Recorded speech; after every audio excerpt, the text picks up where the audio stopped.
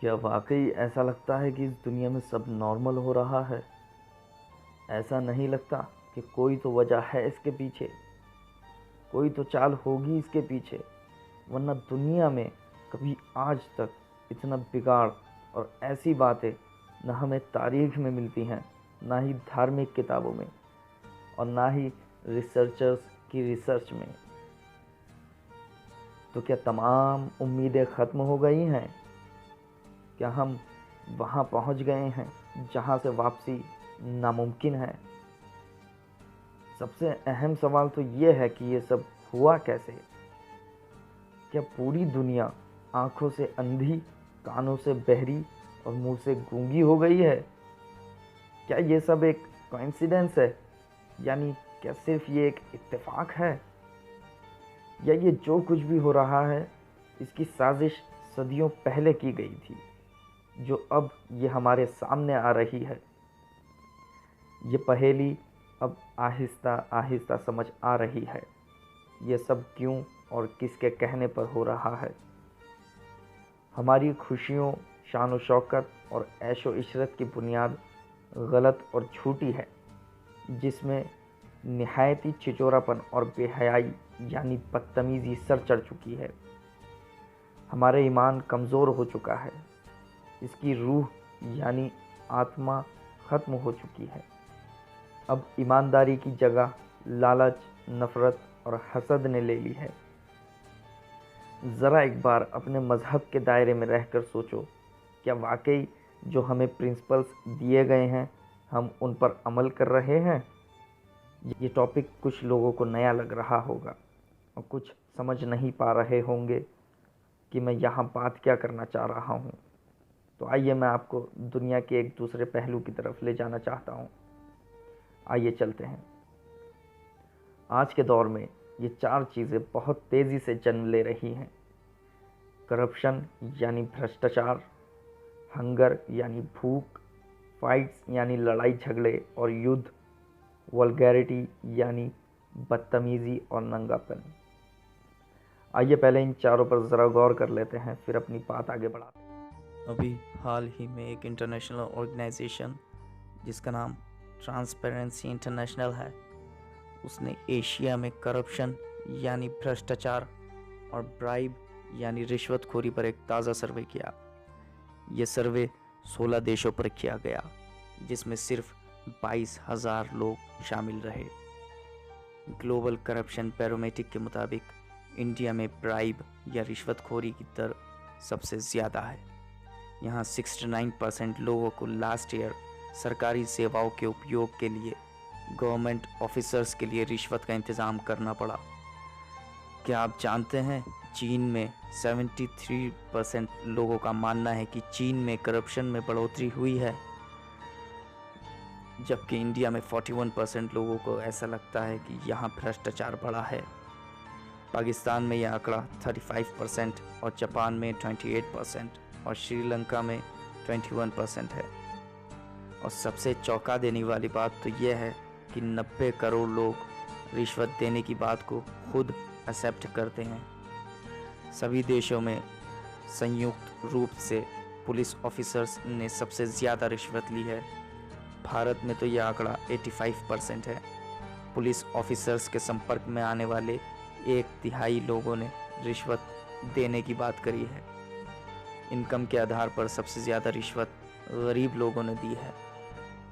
और क्या आप जानते हैं कि इस सर्वे के मुताबिक रिश्वत देने में युवा पीढ़ी सबसे आगे है। ये सर्वे 8 मार्च 2017 को एक हिंदी दैनिक अखबार द्वारा भी प्रकाशित किया गया। लड़ाई झगड़े की बात करें तो अमेरिका को में 9/11 को वर्ल्ड ट्रेड सेंटर पर किया हुआ अटैक हमारे सामने है। 26/11 का मुंबई पर हमला आज भी हमें याद आता है।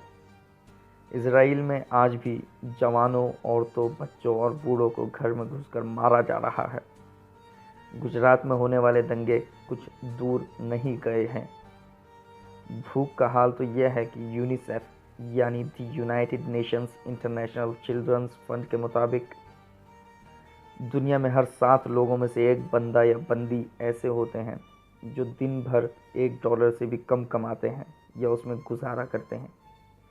100 करोड़ लोग दुनिया में हर वक्त भूखे रहते हैं। इस सो कॉल्ड बढ़ती हुई दुनिया में 27% 5 साल तक के बच्चे अपने उमूमन वज़न के हिसाब से कम पाए जाते हैं।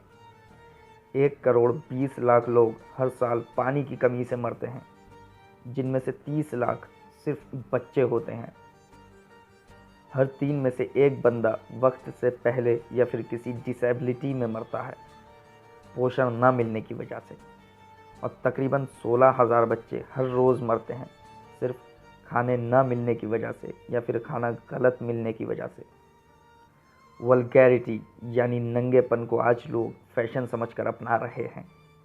अगर आज किसी लड़के की गर्लफ्रेंड नहीं है तो उसके दोस्त उसे पुराने ख्यालात का घोषित कर देते हैं।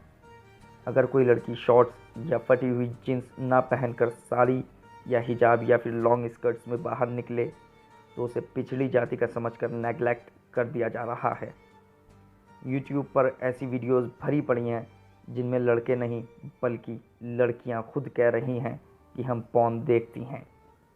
मतलब वल्गैरिटी तो इतनी आम हो गई है कि इसके लिए किसी सर्वे या किसी रिसर्च की भी कोई ज़रूरत नहीं है बताने के लिए। यहाँ तक कि स्कूल स्टूडेंट्स भी जब 12th पास आउट होते हैं तो ऐसा लगता है कि वल्गैरिटी में PhD करके निकले हैं।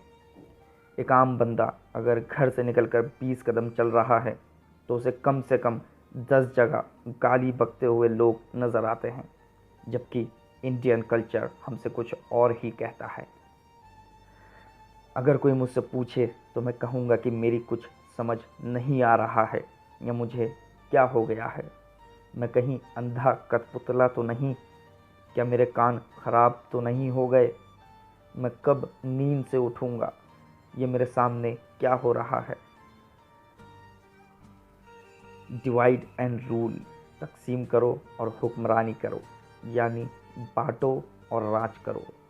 इस बात पर अमल हो रहा है और देखा जाए तो ये सिर्फ एक बात नहीं बल्कि एक सोच है जिसके पन्नों पर बहुत चालाकी से पर्दे डाल दिए गए हैं ताकि लोग इनकी साजिशों को समझ ना सकें।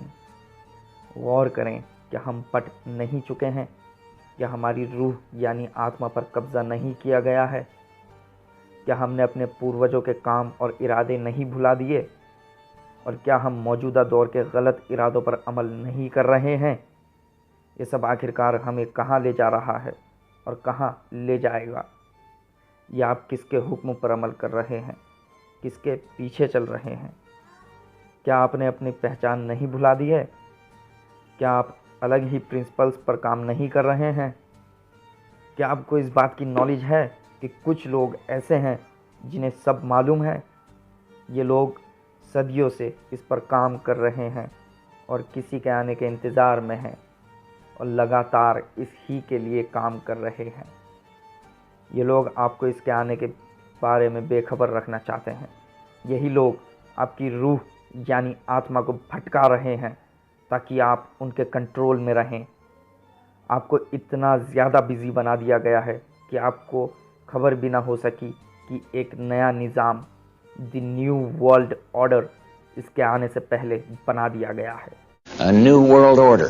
A new world order. A new world order. A new world order. This new world order. A new world order. To build a new world of our new order. A new world order. A new world order and what? Up a new world order. World order. The new world order. Talking about a new world order. the new world order. Independent world order might